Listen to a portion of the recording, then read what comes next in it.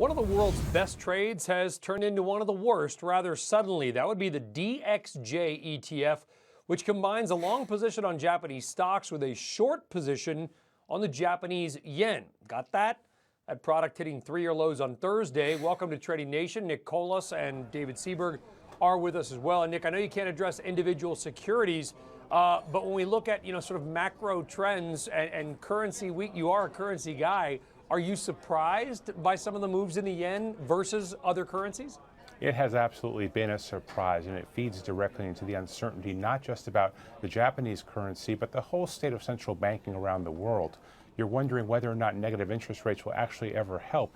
So far, they haven't really, and we're really being threatened with even more. So it really is emblematic of the uncertainty and volatility feeding not just this one security, but capital markets as a whole. Yeah, and what do you expect to happen with the Japanese yen? Over the next 6 to 12 months, the Japanese yen should continue to weaken versus the dollar. They have monetary policy in place that should enable that. But in this risk-off trade that we're getting in markets this week, you get that countervailing factor, and it doesn't happen all at once. David, what's your take on the DXJ anyway? I mean, listen, there's a product for everybody. I just worry that if you're talking about combining stock moves and currency moves, that mom and pop might be getting a little over their head. Yeah, no, I totally agree with that.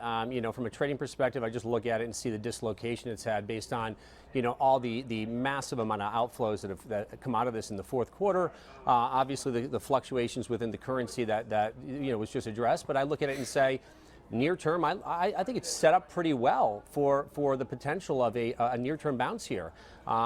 Purely from a trading perspective, I do like it for a near-term trade, Brian, and I'd look to buy some here just on the fact that sentiment again has become completely negative here. We've seen a lot of money flush out of the system in these, in this particular type of instrument, and I'd be looking to trade it.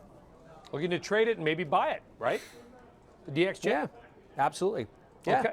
No question, buy it. Buy it from that perspective. I mean, I'd buy it for a near-term, bounce. I wouldn't be buying this and investing in it for a long, period of time from the standpoint that I'm making an active decision that it's gonna lean in my direction over the long term. But I do think you're going to get a near-term pop in this. All right, well, it can't be more clear than that. We appreciate it. David Seaberg, Nick Kolas, thank you very much. Folks, thank you for tuning in. Reminder, check out the live version of Trading Nation in the 2 p.m. Eastern Time hour of Power Lunch on CNBC every day. We'll see you there and here next time. Have a great one.